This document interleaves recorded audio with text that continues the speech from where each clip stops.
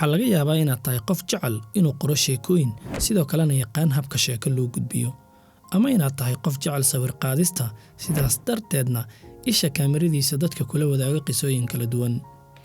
Ama waxaa laga yaabaa inaad tahay qof jecel cunto karinta sidaas darteedna inta badan asxaabtaada ama ehelkaagaba ay kugula kaftamaan inaad chef cunto kariyo sare ah noqon karto.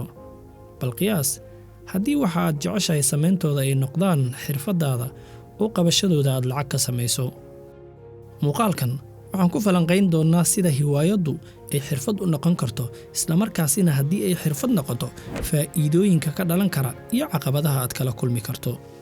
balse intaas ka hor aan kaaga warramo aniga qisadayda. waxaa gabagabo ah sanadka 2020, dunida inteeda badanna waxaa kala xiray caabuqa koroonaha oo dunida markaasi cabsi badan geliyey.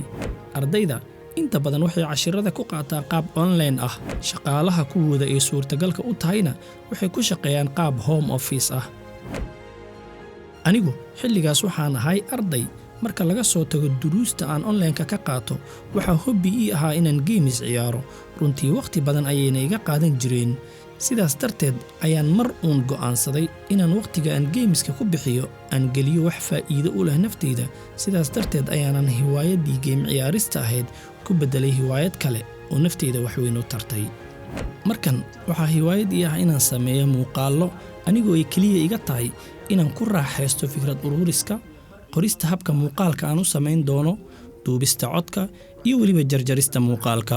ee dagaalkii labaad ee adduunka waxaan sameeyey dhowr muuqaal, waxaana ka dhashay falcelinno degdeg ah taasoo keentay inaan boggan maanta 4 sano jirsaday aan sameeyo. falcelinnadii dadka waxay laabtayda u fureen rajo ah, ka waran haddii aad hiwaayadaada xirfad u beddesho. waxaana geed gaaban iyo mid dheerba u koray sidii aan u xaqiijin lahaa arrinkaa. dadaal dheer kadib ilaahay mahaddii waan ku guulaystay. waxaana maanta xirfad ii ah hiwaayaddii aan 4 sano ka hor lahaa. waan ku dheeraaday qisadeyda ee aan ujeeddada muuqaalka u soo laabanno. haddii ay jiraan hiwaayado aad leedahay doonaysana inay xirfadaada noqdaan, waxaa lagama maarmaan ah dhowrkan qodob inaad samayso. 1. waa inaad ogaataa hiwaayaddu inaysan xirfad ahayn, sidaas darteedna waa inaad hormarisaa naftaada.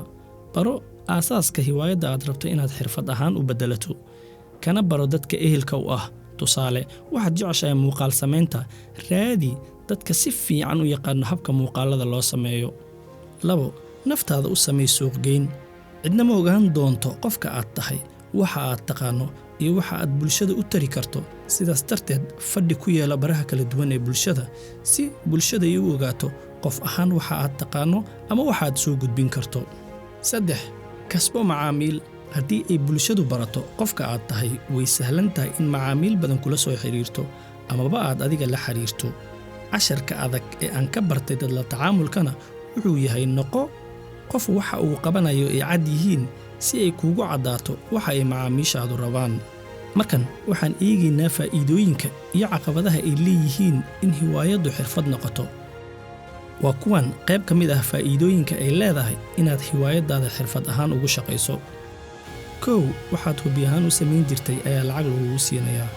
2. shaqo aad ku faraxsan tahay ayaad qabanaysaa, sidoo kalena xorriyad buuxda ayaad u helaysaa inaad doorato xilliga shaqada. xusuusnow, waxaa jira dad badan oo aan shaqo maalmoodkooda ku faraxsaneen balse aroor waliba ka laha. 3. si sahlan ayaad sumcad ugu yeelan kartaa bulshada dhexdeeda markaaad qabanayso waxaad ku qanacsan tahay. caqabadaha aad wajihi karto marka hiwaayadaada ay xirfad noqoto waxaa ka mid ah: 1. waxaa laga yaabaa in hiwaayadaada aysan hiwaayad sii ahaanin maadaama aad markan shaqo ka dhigatay. 2. waxaa dhacday in wakhtiga kugu yaraado oo wax badan oo aad fursad u heli kartay meesha ka baxaan. ugu dambeyn, waxaa laga yaabaa sideedoo kale inay saaxiibbada kugu dhaleeceeyaan 4 sano ka hor. maantaad ka garasho iyo garaad badan tahay, maxaad isaga daysay inaad muuqaalada soo gudbiso? bal adiga muuqaalkan daawanaya ma jeclaan lahayd in hiwaayadaada ay xirfadaada noqoto?